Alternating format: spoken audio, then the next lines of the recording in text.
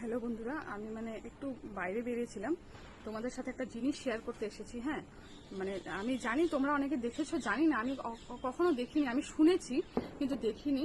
আজকে আমি হঠাৎ দেখে আমি অবাক হয়ে গেছি, এরকম জিনিস হয়। তোমরা জাস্ট একবার দেখো, আমি কিসের কথা বলছি সেটাও বলছি। উড়ন্ত সাপ। ওই দেখো বন্ধুরা, আমি যে তোমাদের বলছিলাম, ওই যে একদম উপরটায় দেখো তোমরা, ওই যে দেখো। মাই গড,